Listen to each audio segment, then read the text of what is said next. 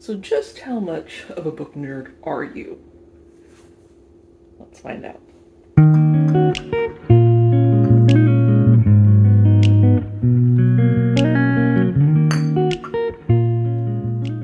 Welcome to Paper, Pages, and Possibilities. If you are new here, definitely welcome. If you are returning, welcome back. Appreciate you spending a little bit of time of your day with me. Today, we are going to talk about books. So when you think about book nerd, this is book nerd to the extreme. And I profess to be one of those. So I'm going to show you a different variety of books about books. There's a couple different categories I would put them into. So we will start with nonfiction. So books about books.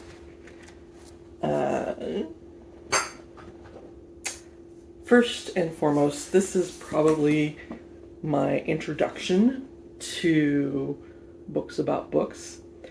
The author is Nicholas Basbins, and he's written a series of 5, 6 or more books about books. And his very first one, which I actually have coming in the mail today, is called A Gentle Madness. And then this is the second one. It's called Patience and Fortitude. And all of his books are about not just books themselves, but book culture, book collectors, about book collecting. There are some of his books that go into people who are maybe into book collecting to the extreme, like a little too obsessive in terms of going so far as to steal books from libraries. It's just, it opened my eyes to this genre, and it's become my absolute favorite. So this is first one. So this is nonfiction. This one specifically talks about libraries of the past. So from Alexandria to Glastonbury, and also talks about contemporary collections from the Vatican and other like well-known universities. If you didn't know, The Patience and Fortitude, it might seem like a strange title for a book about books, unless you are familiar with the New York Public Library. Patience and Fortitude are the names of the two lions that stand in the front guarding the entrance to the New York Public Library. So that's where the name comes from. All right, next book is also still in the nonfiction area. This one is about a passion for books. This is actually a collection of essays about books, and it comes from a wide variety of authors that are fairly well known, both from history and some that are more modern. The foreword itself is actually written by Ray Bradbury, so that's a good start.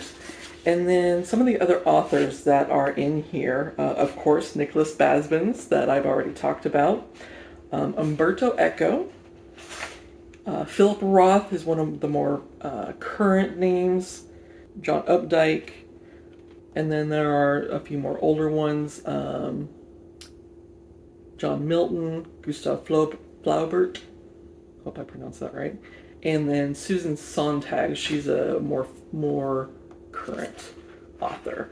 So these are all about like about collecting, reading, borrowing, lending, caring for, and appreciating books, as it actually says on the cover here. Highly recommend. It's been ages since I've read this. I actually need to go back and reread. A lot of these books I need to go back and reread because it's been many years since I started this obsession, and I need to get back and refamiliarize myself with them. So that's the next one, A Passion for Books. but this is more, I guess, autobiographical. It's more about one specific person and their interactions with that are related to books. So Helen Hanff, first one she wrote is called 84 Charing Cross Road. This is about Helen, who started writing to a bookstore in England to purchase books that she could not find in the US. And this was back in the, I want to say, 60s, 70s. Over the course of time, they develop a business relationship. He finds, the bookseller finds books for her, and in the process shares a little bit about the staff that's at the bookstore. She learns more about the staff and really gets to know these people. It becomes a friendship over the course of time. And this is written in letter form. So these are the letters that go back and forth between Helen and the bookshop. And really just like it mentions the books she's looking for, and then the bookseller, what he goes through to find some of these books. But really, it's just about two people connecting over their love of books. Absolutely love it. It's a really short book. Let's see, less than 100 pages. So highly recommend. So let me see. I was talking about the time frame. It starts in 1949, and the letters go through, it's like 1969. So a good time span. So that's Helen Hanff. And then this is a follow-up. I don't think I've actually read this one yet, but I need to. This is basically the story behind how Helen came to end up writing this book. And also about some of the people that have inspired her to become such a big reader. One person in particular that she gets a lot of her reading recommendations from. His name is Sir Arthur Quiller Couch. So she read one of his books and wanted to read all the books that he recommended, and she began to order them from a small store in London at 84 Charing Cross Road. So that's how 84 Charing Cross Road came to be. So this is a little bit more about that. I need to go back and read both of these. I'm going to be doing that, I think, over the next couple months. I'm going to be going back through these books that I absolutely adore. All right, I've got two more books for you that are in the nonfiction space. These actually go into not specifically books, but in this case, libraries. The first one I have is called The Library Book by Susan Orlean. This is a book about the the Los Angeles Public Library. It is the history of the Los Angeles Public Library, and it's one I, again, have not read just yet. I've been collecting books about books until I got to that time when I'm ready to read them again. But it was from 2018, and through the book, it actually lists some titles and their call numbers throughout the book. So that's how the chapter headings are set up. And it's also got this very cool, similar to a book I showed the other few weeks ago, has a kind of a faux book pocket with lending card. So that's a book about a library specifically. I have one about the Tulsa Library. I didn't grab that out, but that is another one that is about libraries. I think Basbins has one of his books that are focusing on libraries, and he talks about like the Library of Alexandria, some of the other massive libraries in Europe, including in London and I want to say Spain, somewhere in that area. Okay, so another one.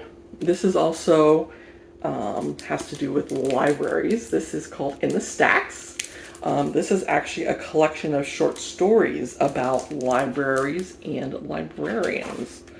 So it is a collection. It has, again, some familiar authors and some not so familiar. Italo Calvino, he actually wrote one book that I've talked about, If on a Winter's Night a Traveler. So he has a short story in here. Ursula K. Le Guin, Alice Munro, and Ray Bradbury, and Jorge Luis Borges. I don't know how to pronounce the name, but he is a Latin author who has also written a lot about books and reading that I love. I've got to get some of his books. Okay, so that is In the Stacks. All right, so now we're actually going to get into the fiction aspect of this. So the fiction is, for me, the fiction books about books are really, it's more books that take place in libraries or in bookstores or are centered around libraries and bookstores. I have already featured at least one book like that, and I'm going to show you a few others. So, without further ado, we will start with The Storied Life of A.J. Thickery. This, at first, I wasn't sure I was going to like it based on the premise. So, A.J. Thickery, the title character, is a bookseller. He has a bookshop, and the story starts when he goes to his bookshop one morning and finds a child, like a baby, I want to say less than a year old, probably 3 or 4 months, finds a child on the doorstep of his bookshop with a note saying something to the effect of, "I'm sorry I couldn't give her a good home. I expect that you'll be able to give her a good upbringing." So he takes her in, actually goes through the process of adopting this girl, and it talks about just his whole life story, really. It goes from that moment when he finds this girl on his doorstep to his final breaths. And you come to find out as you're reading through that they're basically little snippets in his life, different moments. And at the beginning of each chapter, there is a little book review of a random book, a review from A.J. Thickery, and he's writing to someone.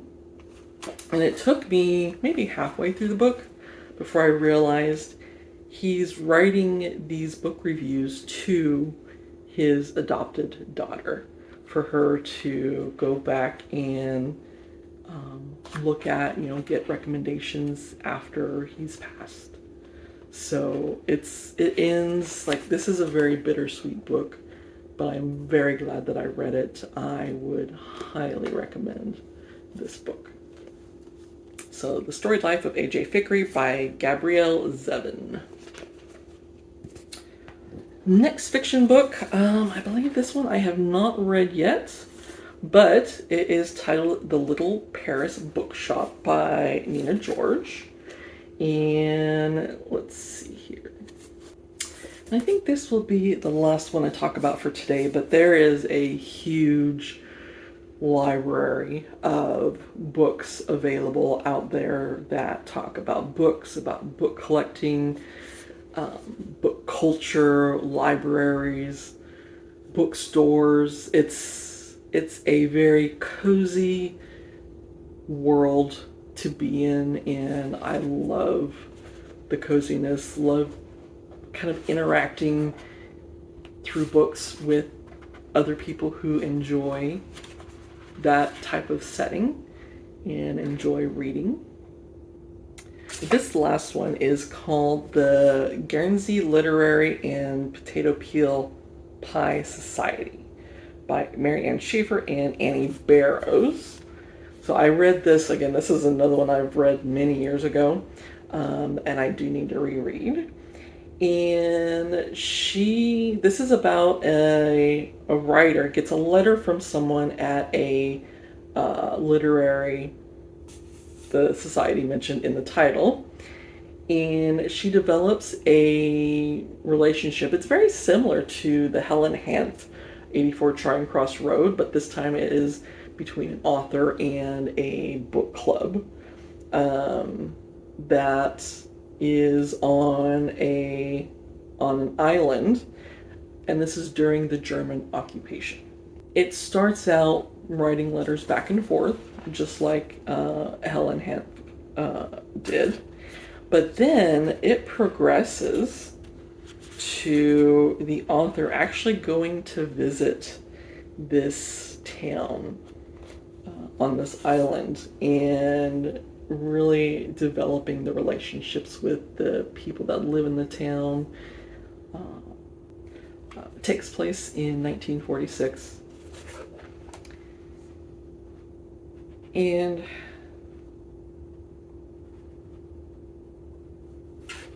I don't know that I can just say enough that books, about book clubs, book readers. Hopefully you all aren't sick of books by the end of this video, because I could go on for hours about this, but I won't. So that's what I've got for you today. All of the books that I mentioned, I will put a link in the description to them on Amazon in case you have any interest in reading them.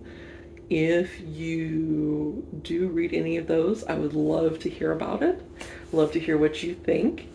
And in the comments below, I would love to hear your thoughts about books. Is it something you think is really cool? Is it something you think is too nerdy? Like, what do you feel about it? I want to, just see what other people think about that. If you liked the content today, please click the like button and subscribe if you'd love to see more from me.